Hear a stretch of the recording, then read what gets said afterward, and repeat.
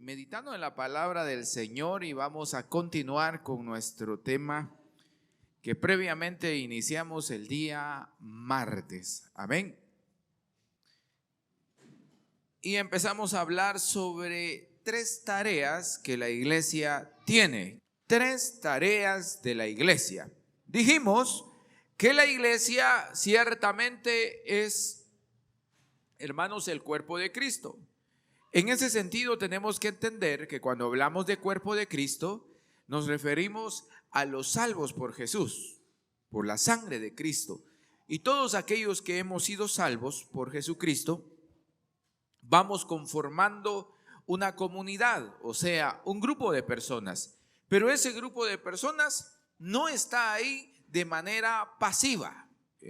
Con eso damos a entender que está sin hacer nada, sino que está y fue creado este grupo, o fue salvo, para tener una posición activa. La iglesia es un grupo de personas que están en constante actividad. No somos un grupo de personas que fuimos llamados para ser pasivos o estar quietos. No, somos salvos y tenemos muchas tareas, pero estamos revisando 3 tareas. El día martes estuvimos viendo un poquito sobre la introducción y hablamos sobre el tema de la edificación. ¿Quién se recuerda? Hablamos sobre la edificación y dijimos que la edificación es una construcción, es algo que se va levantando poco a poco, que se va fortaleciendo y va tomando forma. Y entonces la iglesia, en primer lugar, se edifica o se construye sobre la palabra del Señor. ¿Quién se recuerda?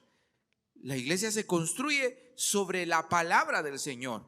Si una iglesia quiere ser fuerte, quiere ser sólida, si una iglesia quiere ser una iglesia que permanece, debe tener en primer lugar un fundamento sobre la palabra del Señor, y que la palabra del Señor le vaya fortaleciendo y se vaya construyendo en la palabra del Señor. Entonces hicimos énfasis en lo importante que es la palabra de Dios en la vida de una iglesia. ¿Para cuántos es importante la palabra del Señor? Sí, para todos tiene que ser importante la palabra del Señor.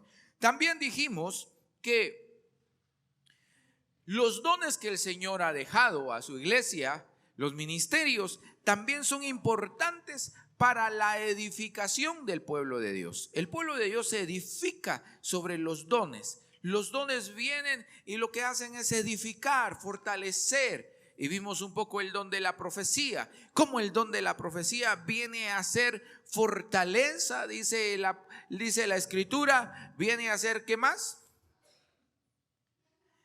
Viene a exhortar y viene a ¿qué? A consolar. 3 cosas nos dijo la Biblia. Número 1, edifica la profecía. Número 2, exhorta. Y número 3, consuela. Y entonces tomamos en cuenta eso. También dijimos que el Señor ha dejado regalitos para cada uno de nosotros y se llaman dones espirituales, regalos espirituales. Y entonces el apóstol Pablo nos recordó que cuando usted habla en lenguas, se está edificando ¿a quién? A sí mismo. Pero cuando usted entiende lo que está hablando y lo puede compartir a la iglesia, entonces está edificando ¿a quién? A la iglesia. Entonces los dones nos edifican a nosotros, pero también edifican a la iglesia. Cuando usted habla lenguas, pero no entiende lo que está diciendo, usted se está edificando a sí mismo, dice la Escritura.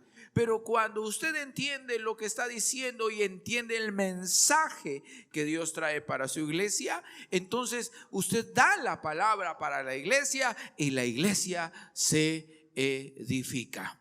Por último, también mencionamos que la iglesia se edifica a través del ánimo. ¿Quién se acuerda? Ánimo.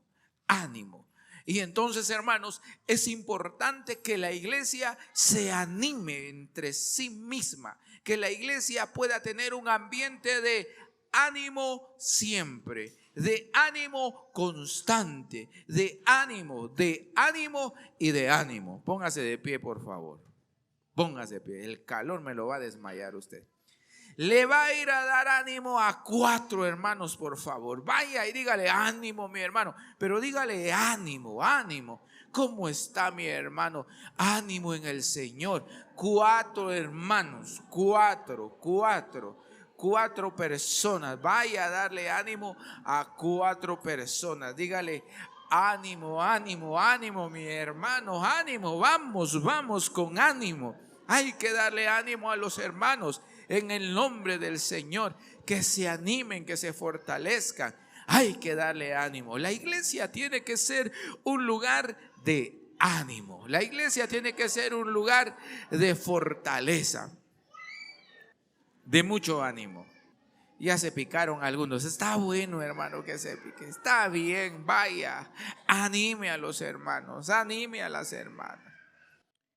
A ver, sí, traen demasiado ánimo, bastante ánimo para compartir, y eso es bueno. Es bueno que animemos a los otros, a nuestros hermanos en Cristo, que les animemos. La iglesia debe ser un lugar donde la gente venga y encuentre ánimo. Y entonces, ahí le encargo, hermano, que por favor, no sea solo hoy, sino que siempre usted tenga ese corazón. A algunos les cuesta un poco más dar ánimo. Yo vi que algunos no se levantaron. Tal vez están cansados, tal vez están no sé, con dolor en el cuerpo, pero no sé cómo están, pero a algunos les cuesta más dar ánimo. A algunos les cuesta más dar ánimo y a otros se les facilita un poco más dar ánimo, ¿verdad? Entonces no somos iguales, pero tenga la iniciativa de dar ánimo siempre. Quítese lo chiviado. A veces nos cuesta y digo, es que yo soy bien chiviado. Sí lo hago, sí lo animo, sí lo... Bueno, entonces hay que buscar, dar un primer paso, hermano, para dar ánimo. Y ahí nos quedamos, ahí nos quedamos. Hoy vamos a ver el tema de la benevolencia. Y es que la iglesia debe ser benevolente, o sea, que tenga disposición de hacer lo bueno. ¿Está conmigo? ¿Sí?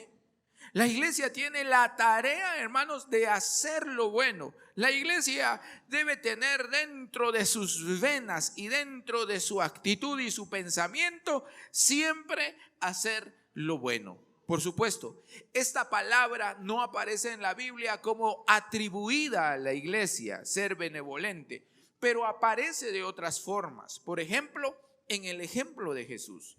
Jesús se muestra benevolente, Jesús se muestra bondadoso con la gente, Jesús muestra su bondad hacia los demás. Y una tarea de la iglesia es ser bondadosa, hacer lo bueno siempre, hermanos, a pesar de lo que pueda haber a nuestro alrededor, a pesar de las condiciones, usted siempre debe hacer lo bueno.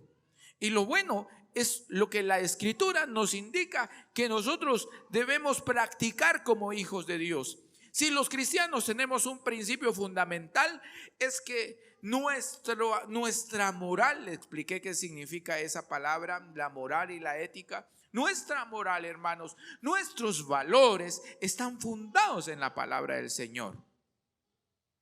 Y entonces, si hay algo que a mí me quieren obligar a hacer y que contradice el consejo de la palabra del Señor, yo estoy obligado a hacer siempre lo bueno, hacer siempre lo que la palabra del Señor me dice.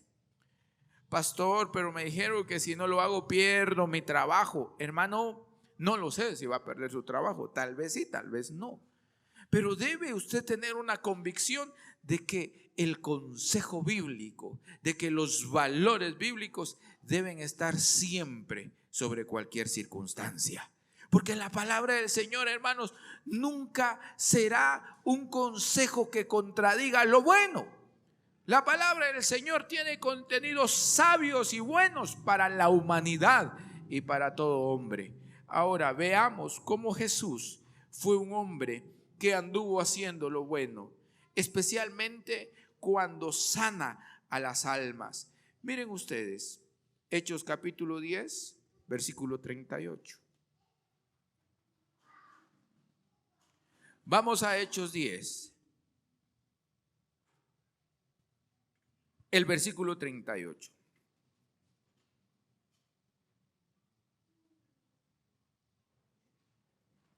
¿Cómo dice? Lea conmigo.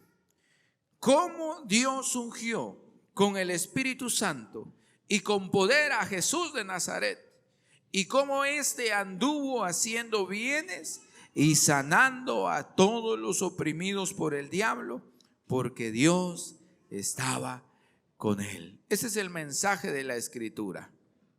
¿Sí? Es el mensaje de la Escritura.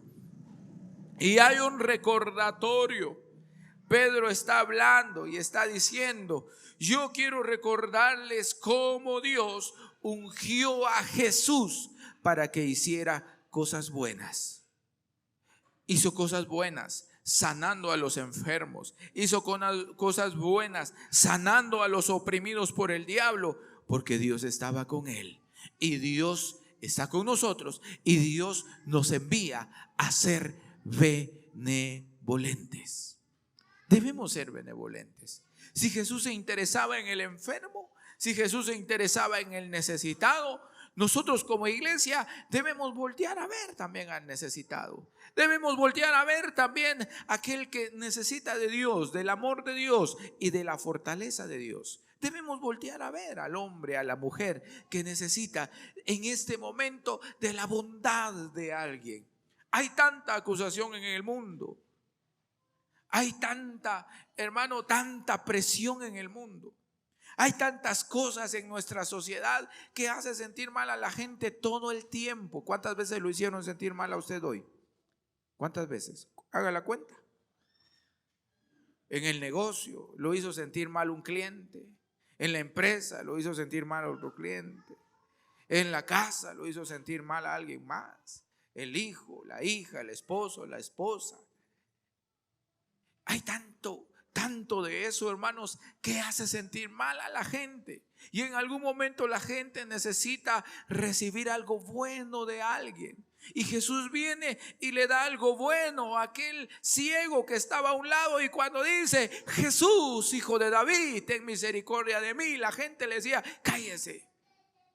Cállese, haga silencio, no moleste a Jesús, váyase para un lado, váyase para allá. Pero él sigue gritando: Jesús, hijo de David, ten misericordia de mí. Y Jesús se detiene, lo llama y le devuelve la vista. Jesús hace el bien, hermanos. La iglesia tiene la tarea de hacer el bien. No caiga usted en el juego de toda la gente que discrimina, que trata mal a alguien, que usa de patito feo a alguien. Usted debe ser aquel que hace el bien por alguien más. Haga el bien por alguien más. Jesús, Dios, es la fuente de toda bondad. Miremos qué dice Mateo 19, 17. Ahí atrásito, por favor. Mateo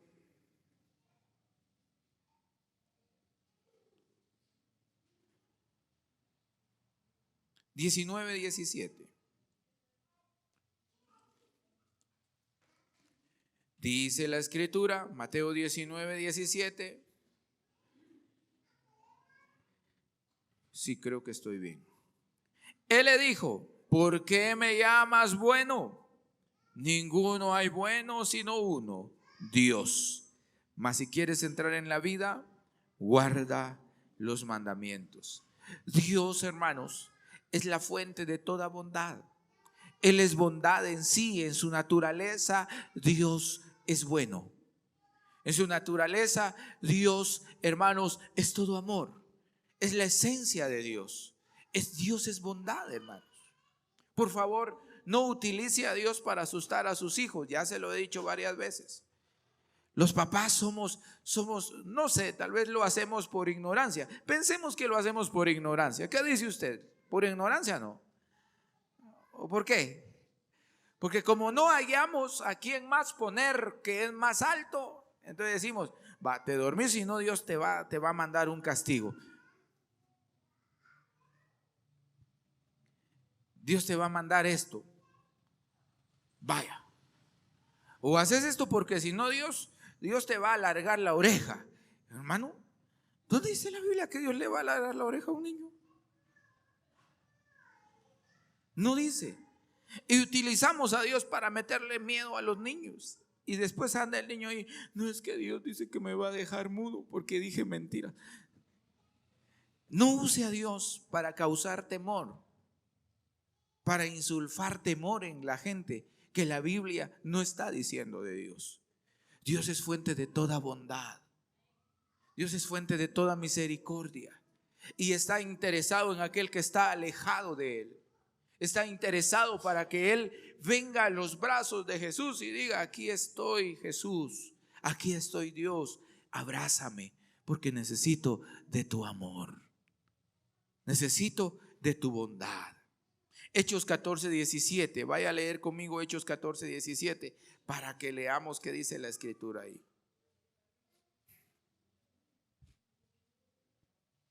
¿Ya lo tiene? Hechos 14:17. Si bien no se dejó a sí mismo sin testimonio, haciendo, ¿qué dice? Bien, dándonos lluvias del cielo y tiempos fructíferos, llenando de sustento y de alegría nuestros corazones. Amén. Y está hablando de Dios. Está diciendo, Dios es bueno. Dios ha estado siempre con ustedes y Él se ha manifestado en testimonio, dándonos lluvias del cielo. En otras palabras, lo que el apóstol Pablo está diciendo, Dios siempre ha estado con ustedes mostrando su bondad de manera que ustedes tengan una provisión constante. La lluvia es símbolo de algo que riega la tierra para que la tierra dé fruto, para que la tierra produzca. Y la Biblia está diciendo, Dios siempre ha permitido que ustedes tengan para producir. Vaya conmigo a Santiago 1:17. Le cuento que en los ayunos estamos leyendo Santiago, hermanos. Ya leímos Esther, ya leímos Ruth. Estaba buena esa historia, hermano. Y ahora estamos leyendo Santiago. ¿Qué le parece a usted? Santiago capítulo 1, versículo 17. Leámoslo todos juntos. ¿Cómo dice? Toda buena dádiva y todo don perfecto desciende de lo alto, del Padre de las luces, en el cual no hay mudanza ni sombra de variación. ¿De dónde viene toda buena dádiva? ¿De dónde viene todo don perfecto? Del Padre de las luces. Dios es la fuente de toda buena cosa que nos pase a nosotros. Dios es la fuente de todo eso. Ahora, se nos llama a nosotros como iglesia a hacer también lo bueno, mi querido hermano. Lo bueno ante todos. Miremos qué dice San Mateo capítulo 5, versículo 43 al 48.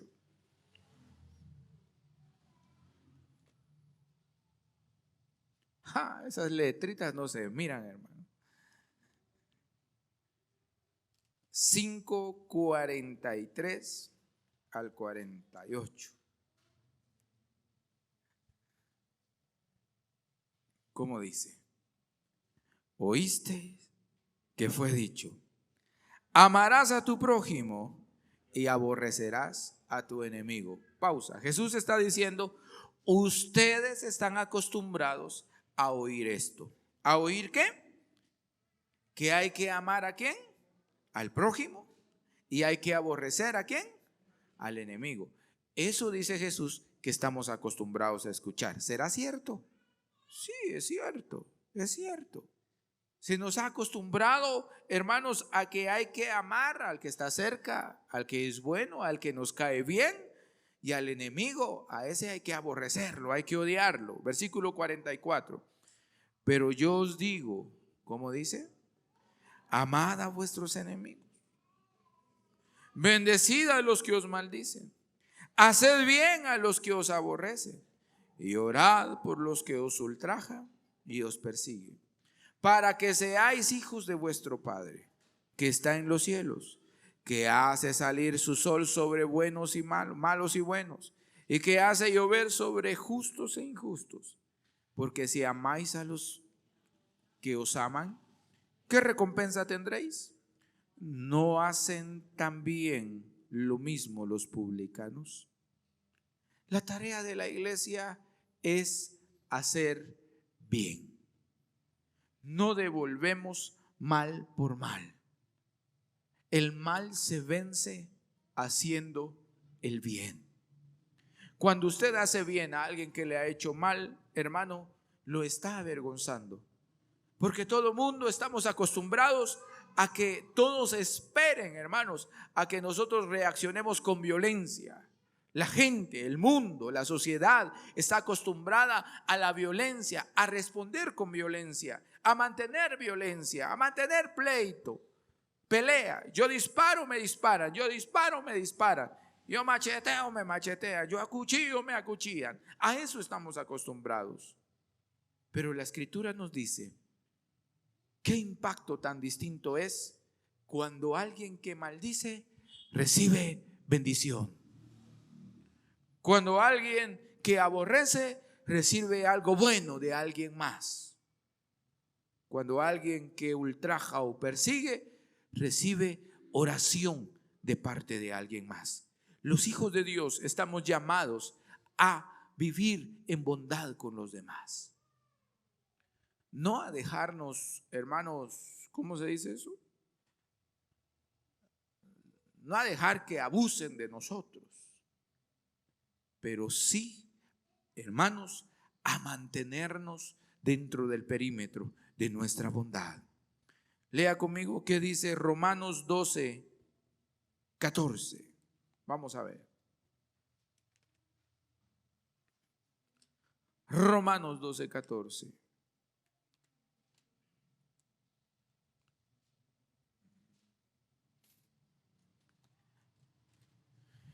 Aquí la Escritura, leamos juntos, dice: bendecid a los que os persiguen, bendecid y no maldigáis.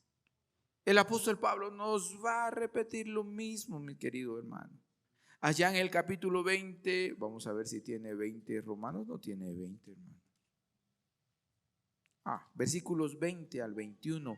De ahí, del capítulo 12 también. No tengo.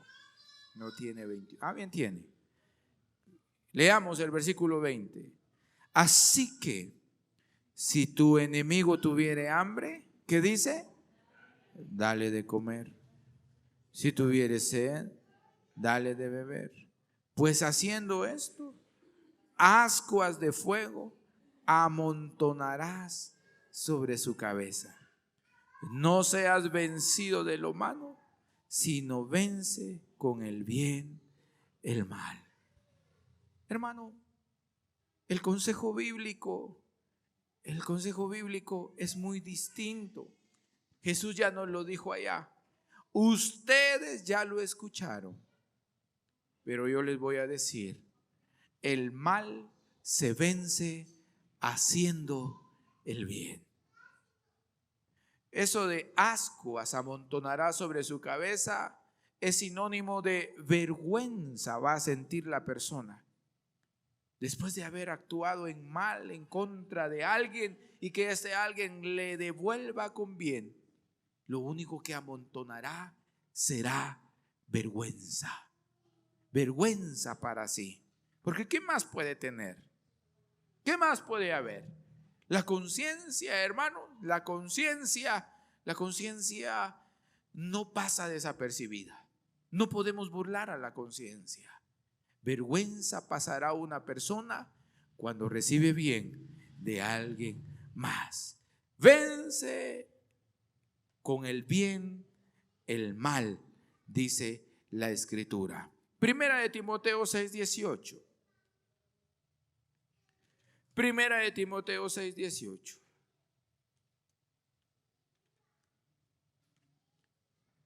Creo que ya me pasé. Sí. ¿O no he llegado? Primera de Timoteo 6:18. Santo, aquí está.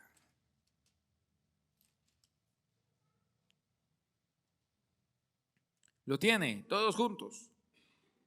Que hagan bien, que sean ricos en buenas obras, dadivosos, generosos, atesorando para sí buen fundamento para lo porvenir, que echen mano de la vida eterna. Quizás estos versículos no son muy cómodos para aquellos que han sido bendecidos mucho por Dios, pero el apóstol Pablo dice, el versículo 17, lea conmigo para entender bien el contexto. A los ricos de este siglo manda que no sean ¿qué? Altivos, ni pongan la esperanza, ¿qué dice?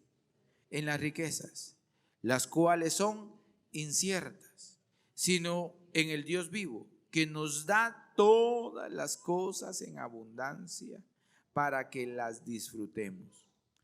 Que hagan bien, que sean ricos en buenas obras, dadivosos, generosos. No nos vamos a meter a ese tema, solo queremos decir, la bondad es parte de los hijos de Dios, el hacer el bien. Terminemos con Primera de Pedro 3:9.